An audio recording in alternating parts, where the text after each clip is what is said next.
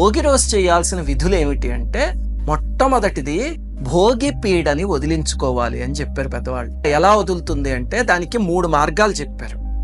మొట్టమొదటిది మనుషులు, మనలాంటి వాళ్ళు, అంటే స్త్రీలు కానీ పురుషులు కానీ వాళ్ళు ఎవరైనా భోగిపీడ వదిలించుకోవాలి అంటే తలంటుతో స్నానం చేస్తే ఆ రోజు తెల్లవారుజామున వదులుతుంది.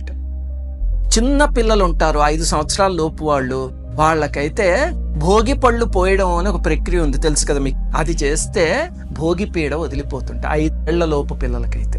అలాగే ఇంటికి పట్టిన పీడ ఎలా వదులుతుంది అంటే దానికి భోగి మంట వేయమని చెప్పారు. ఇంతకీ భోగి మంట ఎలాగంటే మనకి తెలుసుందే, పాతవి పనికిరానివి ఏమున్నాయో అవన్నీ తీసుకొచ్చి ఆ మంటలో పారేస్తే పీడ విరగడవుతుంది అని చెప్పారు పెద్దవాళ్ళు.